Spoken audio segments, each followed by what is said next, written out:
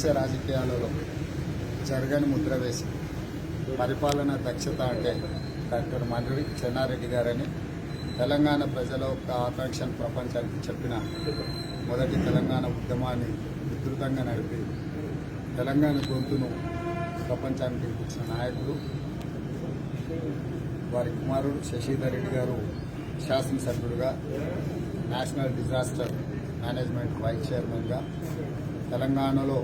సాగునీటి ప్రాజెక్టుల మీద, అదేవిధంగా ఎన్నికల నియమ నిబంధనల మీద అపారమైన అనుభవం ఉంది. కాంగ్రెస్ పార్టీకి ఎనలేని సేవలు అందించిన శశిధర్ రెడ్డి గారి సలహాలు సూచనలు తీసుకొని కాంగ్రెస్ పార్టీ యొక్క భవిష్యత్ కార్యాచరణ నిర్ణయించుకొని రేపు జరగబోయే బాధ్యతల స్వీకరణకు వారిని ప్రత్యేకంగా ఆహ్వానించి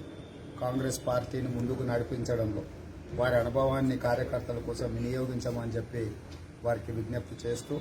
రేపటి కార్యక్రమాన్ని వారు దిగ్విజయం చేయాల్సిందిగా, వారి సహకారాన్ని అందించాల్సిందిగా కోరుకోవడానికి,